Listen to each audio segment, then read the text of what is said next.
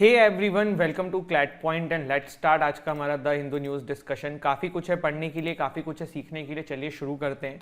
आगे बढ़ेंगे उससे पहले क्लैट यूजी 2024 का एवेंजर बैच हमारा शुरू हो चुका है। नेक्स्ट बैच जो है वो 11 अप्रैल से शुरू होगा। रिवॉल्यूशन है क्लैट प्रिपरेशन में। 21,999 का ये कोर्स है जिसमें live classes, personal mentorship, mock test, everything is there. 7 books आपके घर पे आएंगी। क्लैट यूजी 2025 के जो बच्चे तैयारी कर रहे हैं उनके लिए हमारा विजेता बैच है। They can enrol in our Vijeta batch. अगर आप सिर्फ मॉक्स एंड बुक्स हमसे चाहते हैं तो आप हमारा मैजिक बॉक्स ले सकते हैं। क्लैट पॉइंट के और भी वर्टिकल हैं जैसे कि CLAT PG, NL set, law optional, judiciary. अगर आप इन कोर्सेज को भी विजिट करना चाहते हैं तो डिस्क्रिप्शन से हमारी ऐप डाउनलोड कर सकते हैं, डेमो क्लास देख सकते हैं, डिटेल जान सकते हैं। आगे बढ़ते हैं, पहले आज की कुछ न्यूज़ देख लेते हैं। Online platforms must take down PIB flagged fake news. PIB क्या है? प्रेस इन्फॉर्मेशन ब्यूरो, जो कि गवर्नमेंट का ही एक मीडिया ब्यूरो है। तो ये क्या करता है कि बहुत बार देखो, बहुत सारी न्यूज़ जो है ना मार्केट में सोशल मीडियाज पे चलती रहती है, तो पीआईबी उसको बताता है कि यार ये न्यूज़ फेक है, ये न्यूज़ सही है। तो अभी ये बोला गया है कि भाई अगर कोई न्यूज़ फेक है तो जितनी भी आपके सोशल मीडिया प्लेटफॉर्म हैं, इंटरमीडियरीज हैं, वो उस तरीके की सारी न्यूज़ को अपने प्लेटफॉर्म से हटा दें, जिससे कि जो फेक न्यूज़ जो फैल रही है वो ना फैले। तो ये चीज़ है, देखते हैं क्या होता है, कैसे होता है। एक आर्टिकल है, a long view of the south Asian drama. ये कल आर्टिकल आया हुआ था और इतना कुछ खास था नहीं, लेकिन मैंने कहा थोड़ा सा आपको आज बता देता हूँ। देखो क्या था, ये वाली न्यूज़ आज ही की है। ये एडिटोरियल कल आया था हिंदू में, मैंने कल छोड़ दिया था, बट ऐसा कुछ है नहीं, बट आपको इमेजेस के थ्रू मैं समझा देता हूँ। एक्चुअली इस आर्टिकल में लिखा हुआ है क्या, देखो साउथ एशिया में क्या चल रहा है, ठीक है, साउथ ईस्ट एशिया में क्या चल रहा है। आप यहाँ से देखना शुरू करो। पाकिस्तान की पॉलिटिक्स आप देख रहे हो, इमरान खान के पीछे पड़े हुए हैं, इलेक्शन हो नहीं रहे, कुछ अलग ही चल रहा है। अफगानिस्तान, बताने वाली बात नहीं, तालिबान के द्वारा यहाँ पे भी पूरी चीज़ें खराब करी गई हैं। नेपाल, अभी यहाँ पे भी सत्ता परिवर्तन हो चुका है। बताओ रिसेंटली कौन हेड बने यहाँ के कमेंट सेक्शन में। फिर इधर अगर हम आ जाते हैं बांग्लादेश पे, तो बांग्लादेश की हालत भी खराब है। वहाँ पे जो अपोजिशन है वो बहुत ज़्यादा, अभी जो करंट सरकार है उनके अगेंस्ट में जनता भी काफ़ी उतर आई है। बर्मा, म्यांमार, आपको बताने की ज़रूरत नहीं है यहाँ पे क्या चल रहा है। श्रीलंका आप देख ही रहे हैं क्या हालत ख़राब है। तो ये आर्टिकल जो है ना, ये कहने की कोशिश कर रहा था कि भारत जो है ना, अड़ोसी पड़ोसी कंट्रीज़ में इकलौता ऐसी कंट्रीज है जहाँ पर डेमोक्रेसी वाइज काफ़ी अच्छे से है। लोकसभा के इलेक्शंस हो जाते हैं, जैसे कि नेक्स्ट ईयर हमारे यहाँ लोकसभा के इलेक्शन है। बताओ कौन से नंबर के हैं, 17th है, 18th है, 19th है। तो वो दिखाता है कि भारत में सत्ता परिवर्तन बहुत इजीली हो जाता है, डेमोक्रेटिकली भारत जो है बहुत साउंड है। तो इसी तरीके से भारत जो है लीडर बन सकता है। तो ये एक आर्टिकल था, मैंने कहा आपको बता देते हैं। फिर एक फॉरेन पेज पे आज न्यूज़ है, Macron tells China Xi to reason with Russia for peace in Ukraine. तो यही है कि भाई रशिया को कहो कि थोड़ा शांति करे यूक्रेन के साथ। आपको पता ही है कि इमैनुअल मैक्रोन जो हैं वो तो यूक्रेन की साइड में खड़े हुए हैं। तो ये आज की कुछ न्यूज़ थी जो आपके एग्जाम के पर्सपेक्टिव से इंपॉर्टेंट थी। बाकी आज कुछ आया नहीं है खास, बट हाँ एक आर्टिकल आज हम बहुत डिटेल में डिस्कस करने वाले हैं, वो है इंडिया चाइना का 1962 का वॉर। कल भी मैंने बहुत बार डिस्कस किया था कि हम जब भी इंडिया चाइना के बारे में आज के डेट के हिसाब से पढ़ते हैं या आज क्या कंटेक्स्ट है वो समझते हैं, तो उसके बैकग्राउंड में ना ये इंडिया चाइना का 1962 का वॉर आपको पता होना चाहिए। काफ़ी बार मैंने आपके कमेंट्स भी देखे कि सर 1962 का वॉर डिटेल में बताइए, कैसे हुआ, क्यों हम हार गए, क्या था ये कहानी। तो ये पूरा का पूरा अभी इस पर्टिकुलर वीडियो के बाद मैंने अटैच कर दी है। आप इंडिया चाइना का 1962 का वॉर क्या है, कैसे हुआ, क्यों हुआ, इसको समझ लेना। और ये इंपॉर्टेंट भी हो जाता है क्योंकि इसकी हर साल एनिवर्सरी होती है कि कब ये हुआ था, तो उस समय भी ये न्यूज़ में रहता है। प्लस अभी इंडिया चाइना की जो रिलेशन है उसके कंटेक्स्ट में तो बहुत ही ज़्यादा ये न्यूज़ में है, तो पता होना चाहिए, एग्जाम में कुछ भी आ सकता है क्योंकि इंपॉर्टेंट टॉपिक है। तो चलिए फिर इसको देखते हैं, and do not forget to like, share, subscribe. आज पहला आर्टिकल जो है ना वो आया है इंडिया चाइना वॉर से रिलेटेड। ये क्यों आया है, देखो अभी 20 अक्टूबर को जो है ना 60th एनिवर्सरी थी 1962 इंडो चाइना वॉर की, और उसके ऊपर एक आर्टिकल निकला हुआ था जो काफ़ी इंपॉर्टेंट हो सकता है हमारे एग्जाम के पर्सपेक्टिव से, और बहुत कुछ सीखने के लिए, जानने के लिए इस आर्टिकल में। तो चलिए फिर शुरू करते हैं इस पर्टिकुलर आर्टिकल को। ध्यान से सुनिएगा, समझिएगा, पूरा आपको इतिहास से लेके, बेसिक से लेके सारी चीज़ समझाने की मैं कोशिश करूँगा। देखो एक तरफ तो हम लोग ये बोलते थे कि हिंदी चीनी भाई भाई, उस समय एक नारा था नेहरू जी का कि हिंदी चीनी भाई भाई, और दूसरे तरफ 1962 में यार वॉर हो गया। तो ऐसा क्या हुआ कि ये चीज़ हो गई। तो इसी को जानने के लिए थोड़ा सा बैकग्राउंड में चलेंगे। 1947 में भारत को ब्रिटिशर से आज़ादी मिली थी और 1949 में चाइनीज़ रिवॉल्यूशन एंड हुई थी और इमरजेंस हुआ था रिपब्लिक ऑफ चाइना। जैसे कि इंडिया भी कॉलोनी था, चाइना भी कॉलोनी था वेस्टर्न कंट्रीज़ का ही। अब क्या है, देखो सबसे इंपॉर्टेंट चीज़ है कि भारत और चाइना में एक चीज़ कॉमन थी। क्या थी कि दोनों ही के ऊपर वेस्टर्न कंट्रीज़ ने राज किया हुआ था। तो ये कॉमन ग्राउंड की वजह से जब हमारा देश आज़ाद हुआ, चाइना आज़ाद हुआ, तो इंडिया का भी ये मानना था कि चाइना को साथ लेके एशिया में आगे बढ़ा जा सकता है, एशिया को इंडिपेंडेंट किया जा सकता है। इंडिपेंडेंट मतलब संपूर्ण किया जा सकता है। लाइक जैसे वेस्टर्न कंट्रीज बहुत अच्छा डेवलप्ड कर रहे थे, तो उस तरीके से इंडिया भी हो सकता है, और उसमें इंडिया चाइना को साथ रहने की बहुत ज़रूरत है। तो नेहरू जी का ये बहुत एक इंक्लिनेशन था, उनका ऐसा मानना था कि इंडिया चाइना जो है वो एक दूसरे के साथ साइड बाय साइड चलने चाहिए। फिर देखो क्या हुआ, ये सब जो चीज़ें चल रही थी साइड में चली रही थी। 1949 में एक और चीज़ थी। देखो अभी जो हम पीपल रिपब्लिक ऑफ चाइना जो है ना, ये देखते हैं, इसको कोई नहीं जानता था। उस समय जो ताइवान था ना, उसको ही चाइना के नाम से देखा जाता था। मेनलैंड चाइना जो है वो ताइवान को रिकग्निशन मिला हुआ था। और ये सारी चीज़ें जो है समय के साथ धीरे धीरे फिर चेंज होती गई। ये जो आपका पीपल रिपब्लिक ऑफ चाइना है, इन्होंने भैया डेवलपमेंट ज़्यादा कर लिया, थोड़ी इकोनॉमी अपनी बूस्ट कर ली, अपनी चीज़ों को बढ़ा लिया, कैपेबिलिटीज़ को बढ़ा लिया। तो फिर अब आप आज की डेट में चीज़ें थोड़ी सी चेंज देखते हो, लेकिन उस समय ऐसा नहीं था। अब सिर्फ ऐसा नहीं है, देखो एक ये भी बात बताई जाती है, एक ऐसा काफ़ी बार आरोप लगते हैं कि इंडिया ने अपनी वीटो पावर उनको यूएस ऑफर कर रहा था यूनाइटेड नेशन में, बट भारत ने जो है वो परमानेंट मेंबरशिप नहीं ली, ठुकरा दी और कहा कि चाइना को दे दो।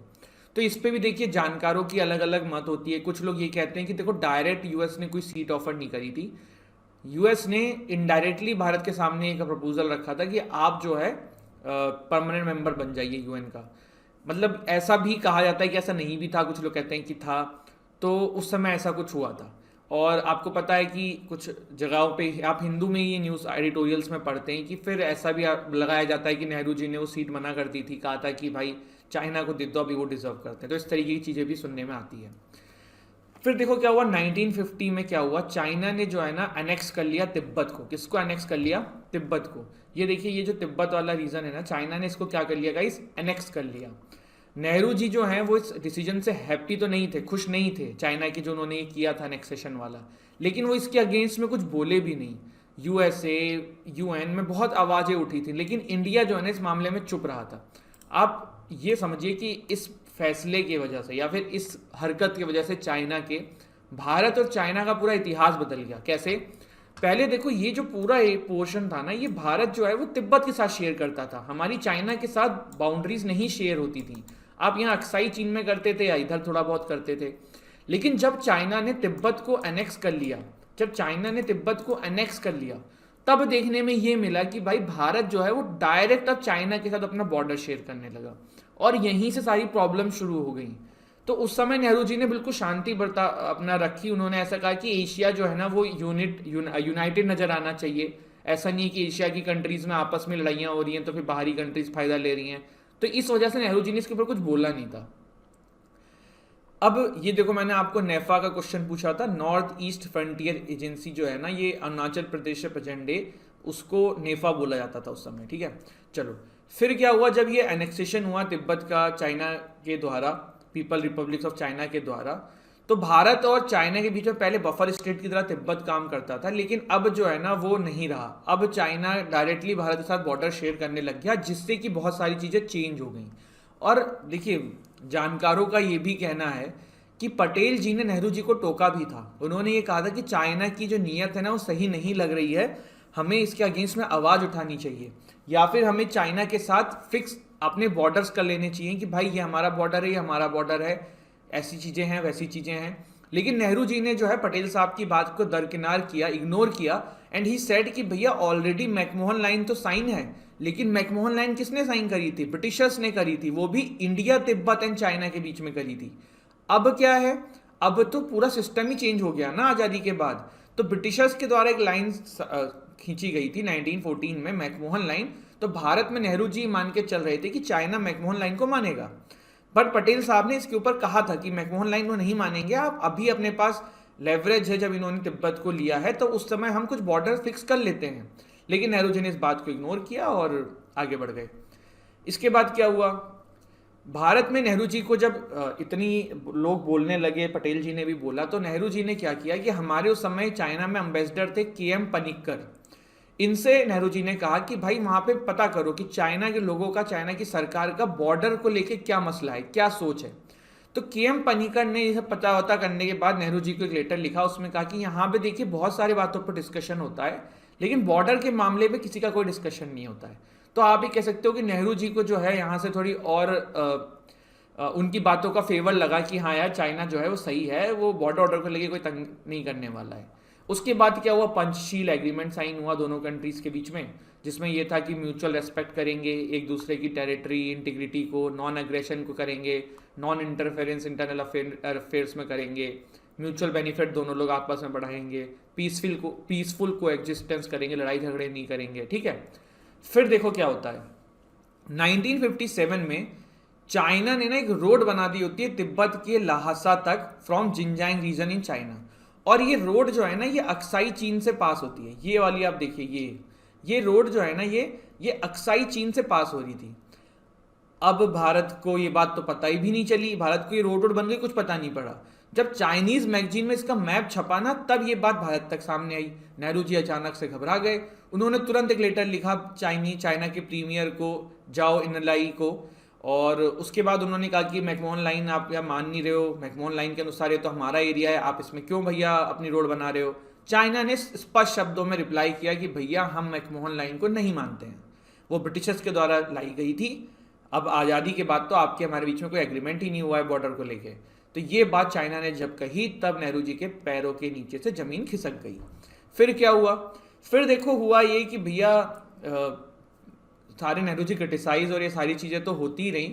फिर नेहरू जी पार्लियामेंट में जब उनको क्रिटिसिज्म किया गया अपोजिशंस के द्वारा, उनके कुलीग्स के द्वारा, तो नेहरू जी ने स्टेटमेंट दी पार्लियामेंट के अंदर कि यार अगर भारत चाइना अक्साई चीन को लेकर लड़ जाएगा, जहाँ पे ना फसल होती है, पहाड़ है, बंजर जमीन है, कुछ होना नहीं है, तो फिर ये दोनों ही कंट्रीज की फुलिशनेस है, इंटरनेशनल लेवल पे एशिया के लिए अच्छा नहीं है, इस तरीके की बातें कही। तो उस समय के एक मेंबर ऑफ पार्लियामेंट थे महावीर त्यागी जी, उन्होंने क्या किया, अपनी टोपी को उठाया उस पार्लियामेंट के अंदर और कहा कि देखो भाई मैं गंजा हूं, है ना, तो अब मैं, मतलब इसका मतलब ये थोड़ा है कि मेरे हेड पे मतलब हेयर नहीं आ रहे हैं तो मैं टोपी ना पहनूं, किसी यूज का नहीं है, तो what is it is for no use, ऐसा तो नहीं है ना। मतलब अक्साई चीन पे अगर खेती नहीं हो सकती है, वो प्रोडक्टिव एरिया नहीं है, पहाड़ है, तो इसका मतलब ये थोड़ा चाइना को दे दो, आपका रीजन है। तो ये बात वहां पे क्वेश्चन करी गई। इसके बाद क्या हुआ, 1959 में एक बहुत खतरनाक इंसिडेंट हैपन हुआ, और उसके बाद ये जो मैटर है ना इंडिया चाइना के बीच में और गर्मा गर्म हो गया। तिब्बत में चाइना ने देखो अपना एग्रेशन बढ़ाया, तिब्बत के लोग जो चाइना के अगेंस्ट में खड़े हो रहे थे, 1959 में थोड़ा सा ज़्यादा लेवल पे तिब्बत में आवाज़ उठी अगेंस्ट द चाइना। तो वहाँ पे चाइना ने ह्यूमन राइट वायलेशन करने शुरू किए, लोगों को मारना पीटना शुरू किया, और काफ़ी सारे लोग फिर वहाँ से भाग भाग के इंडिया आने लगे, जिसमें दलाई लामा जी को भारत ने जो है वो शरण दे दी। कहाँ पे, उस समय मसूरी वो आए थे, मसूरी में उनको शरण दे दी गई थी। चाइनीज गवर्नमेंट जो है ना इससे काफ़ी नाखुश हुई, और चाइनीज गवर्नमेंट को ये लगा कि भारत ये इसलिए कर रहा है कि कल को वो तिब्बत को आज़ाद कराना चाहता है इन लोगों के साथ मिलके, और यहाँ से जो है ना इंडिया चाइना के बीच में और ज़्यादा खराब रिलेशन हो गए। पर बात यहीं नहीं रुकी, 1960 में प्रीमियर ऑफ चाइना जू इनलाई जो है वो भारत आते हैं। वो प्रपोजल ये लेके आते हैं कि अक्साई चीन का रीजन चाइना को दे दो, अरुणाचल प्रदेश जो नेफा वाला रीजन था वो भी डिस्प्यूटेड था, वो आप अपने पास रख लो। भारत में नेहरू जी ने इसको बिल्कुल दरकिनार किया, मानने से इनकार कर दिया। फिर हुआ क्या, फिर भारत में इंडो चाइना वॉर जो है वो हो जाता है, बहुत ही मैसिव लेवल पे एक वॉर देखने को मिलता है। लेकिन वो क्यों होता है, उसमें कहीं ना कहीं नेहरू जी की एक फॉरवर्ड पॉलिसी को भी उत्तरदायी बताया जाता है। अब नेहरू जी की फॉरवर्ड पॉलिसी क्या थी गाइस, नेहरू जी की फॉरवर्ड पॉलिसी ये थी कि भारतीय सेना को उन्होंने कह दिया था कि तुम बॉर्डर की तरफ आगे बढ़ो। मतलब ये देखिए जैसे ये है, ठीक है, तो उनसे कह दिया था कि तुम जितने ज़्यादा आगे बढ़ सकते हो बढ़ो, और जहाँ जहाँ कब्जा कर सकते हो करो। तो उसमें ऐसा भी देखने को मिला था कि चाइना की आर्मी के द्वारा बहुत सारी चीज़ें बनाई गई थी, कैंप बनाए गए थे, तो भारत ने जो है उनको भी दरकिनार करते हुए आगे बढ़ गई हमारी जो सोल्जर्स थे। उसके बाद कुछ नहीं होता, 1962 में वॉर स्टार्ट हो जाता है, और बहुत ही मैसिव लेवल पे वॉर होता है। चाइना से इंडिया हार जाता है, ये हमको पता है। भारत जो है उसी दिन हेल्प के लिए यूएस एंड यूके को लेटर भी लिखता है, लेकिन कोई मदद के लिए खास आता नहीं है। इवन यहाँ तक कहा जाता है कि आसाम के तेजपुर तक चाइनीज़ आर्मी आ जाती है। तो तेजपुर के अंदर जो वहाँ पे जो भारत के बैंक होते हैं ना, वो अपने नोटों को जला देते हैं। इवन इस पे एक नेहरू जी की रेडियो पे स्पीच भी है, सुनना, यूट्यूब पे पड़ी है, काफ़ी वायरल है वो। तो आपको पता पड़ेगा कि नेहरू जी ने अनाउंस तक कर दिया था कि हाँ बहुत मैसिव लेवल पे वॉर हो चुका है और बहुत इस तरीके की चीज़ें हैं। तो तेजपुर आते आते फिर चाइना ने जो है यूनिलेटरली सीज फायर कर लिया, मतलब उन्होंने खुद कहा कि अब हम वॉर ख़त्म करते हैं, हम अब आगे कुछ नहीं करेंगे। तो भारत की जो है ना काफ़ी ज़्यादा इस पर थू होती है पूरे विश्व में। देखो भारत क्या है, भारत उस समय ना बहुत तरीके, मतलब लोग उसको ना सॉफ्ट पावर की तरीके से देख रहे थे, भारत की डोमिनेंस देख रहे थे, लोगों को लगा था बहुत केपेबल कंट्री है। लेकिन जब अपना वॉर हम जीत नहीं पाए तो हमारा विश्व में बहुत थू हुआ। उसके वजह से जो है भारत और नेहरू जी का बहुत क्रिटिसिज्म हुआ। जवाहरलाल नेहरू के लिए तो ये बहुत बड़ा एक दाग था उनके पूरे करियर के ऊपर, क्योंकि उन्होंने जो अपनी पॉलिसी रखी थी, फॉरेन पॉलिसी रिगार्डिंग चाइना, वो पूरी बैकफायर कर गई थी। तो वाई वी लॉस्ट, तो कुछ कारण थे, जैसे कि there was not any strategy prepared for the war. Officials आपस में ही लड़े जा रहे थे, जैसे कि जो हमारे आर्मी के चीफ थे उस समय, जनरल थिम्मैया और डिफेंस मिनिस्टर कृष्णा मेनन, इनकी आपस में नहीं बन रही थी। डिप्लोमेसी लेवल पे बहुत गलतियां हुई। जब इस लेवल पे, भाई देखो ये अचानक से तो हुआ नहीं है, 1959 से युद्ध जो है पनप रहा था थोड़ा थोड़ा थोड़ा थोड़ा, पर हमारी जो सरकार थी उन्होंने इस लेवल पे प्रिपरेशन ही नहीं करी थी कि कुछ हो सकता है। इंफ्रास्ट्रक्चर नहीं था बॉर्डर के एरिया में, और हमारे यहाँ से 4th डिवीज़न आर्मी की भेजी गई थी, लेकिन ना हथियार थे, ना वो लोग माउंटेन पे लड़ने के लिए सक्षम थे, ना राशन भेजे गए थे, बहुत सारी चीज़ें, ये सब मेजर रीजंस था जिसकी वजह से भारत जो है वो हारा। कॉन्सिक्वेंस क्या हुए भारत के लिए? ह्यूमिलेशन था। भारत पूरे विश्व में ऐसे ग्लोबल पावर की तरह देखा जाने लगा था, लेकिन इस मैटर के बाद जो है भारत को उस तरीके से नहीं देखा जाने लगा। काफ़ी लोग भारत की जो है पीठ पीछे मतलब हंसी उड़ाने लग गए, और रेपुटेशन ऑफ इंडिया जो है वर्ल्ड में काफ़ी ड्रॉप हो गई। फिर क्या हुआ, नेहरू जी को काफ़ी क्रिटिसिज्म झेलना पड़ा। भारत ने लेकिन इसके बाद एक काम अच्छा किया था कि अपने हथियारों पे, डिफेंस पे बहुत पैसा खर्च करना शुरू कर दिया था, और वेपन्स एंड काफ़ी सारी मिलिट्री इंफ्रास्ट्रक्चर हमने क्रिएट किए हुए थे। यही तो गलती कर दी थी पाकिस्तान ने, उन्होंने सोचा कि भाई अभी चाइना से हारा है तो अभी बहुत तकलीफ में होगा, बहुत नुकसानदायी, मतलब कुछ ज़्यादा हथियार भी नहीं होंगे, ऑलरेडी सब खत्म हो चुके होंगे, तो उन्होंने 65 वाला युद्ध किया था। लेकिन भारत ने क्योंकि इस वॉर से एग्जाम्पल लेके काफ़ी अपने हथियार बढ़ा लिए थे, तो फिर उन्होंने आराम से पाकिस्तान को हरा दिया था। तो even border dispute China and India का आज तक सॉल्व नहीं है, हमने अभी भी देखा है क्या चल रहा है। तो ये था पूरा ये मैटर, एंड आई होप ये क्रिस्टल क्लियर हो गया होगा। 136 ड्रोन, पर क्या रशिया में भी इसका नाम शाहिद है? नहीं, रशिया ने इसका नाम रखा है कामिकाजी। अब ये कामिकाजी क्यों नाम इसका रखा गया है? देखो कामिकाजी बेसिकली ना जापान से रिलेट होता है ये वर्ड। जब जापान के द्वारा सेकेंड वर्ल्ड वॉर था, आई थिंक तभी की ये बात है, तो जब ये वॉर चल रहा था तो उसमें जापान के जो सोल्जर्स होते थे वो पहले तो जाके टारगेट पे हिट करते थे, कामिकाजी सोल्जर्स उनको बोला जाता था। वो टारगेट को अपने अपनी जो भी एयरक्राफ्ट होते थे उससे हिट करते थे, फिर वो अपनी एयरक्राफ्ट को लेके उस टारगेट पे खुद भी भिड़ जाते थे, मतलब सुसाइड मिशन पे रहते थे वो लोग, तो उनको कामिकाजी सोल्जर्स बोला जाता था, उनको इसी तरीके से ट्रेन किया जाता था। उसी के नाम पे ना कामिकाजी ड्रोन रशिया ने इसका नाम रखा है। कुछ इस तरीके से देखो इसका स्ट्रक्चर होता है। ये ड्रोन की विशेषता क्या है? इस ड्रोन की विशेषता ये कि देखो आप इसको एज ए सर्विलेंस की तरह यूज़ कर सकते हो। आप किसी टारगेट को हिट कराना है तो इस ड्रोन को भेज के वहाँ पे हिट भी करा सकते हो। प्लस ये ड्रोन एक और काम कर सकता है, ये जो ड्रोन का आगे वाला पोर्शन होता है ना, इसमें भी आपका जो है वो क्या बोलते हैं उसे, बारूद जो है वो रहता है, और ये भी जो है टारगेट को बाद में ज़रूरत पड़ने पे हिट कर सकता है पूरा ड्रोन लेके, कि पूरा ड्रोन भी तहस नहस हो जाए और टारगेट को एक्स्ट्रा एक शॉक लग जाए। मतलब जो काम था आपने वो करा लिया, उसके बाद ये ड्रोन भी जाके भिड़ सकता है। इसीलिए इसका नाम कामिकाजी ड्रोन रशिया के द्वारा रखा गया है। अब ये न्यूज़ में इसलिए था क्योंकि रशिया ने करीबन ऐसे 1000 ड्रोन्स जो हैं वो ईरान से लिए थे। इसकी मैक्सिमम स्पीड जो है वो है 185 किलोमीटर पर आवर, वेट जो है वो 200 kg। ये जो वॉरहेड है इसमें 36 kg तक एक्सप्लोजिव्स जो है ये रख सकता है। अब देखो थोड़ा सा कैसे इसको लॉन्च किया जाता है, तो लॉन्च रैक होता है, इससे मल्टीपल इस तरीके के ड्रोन जो हैं वो लॉन्च किए जा सकते हैं।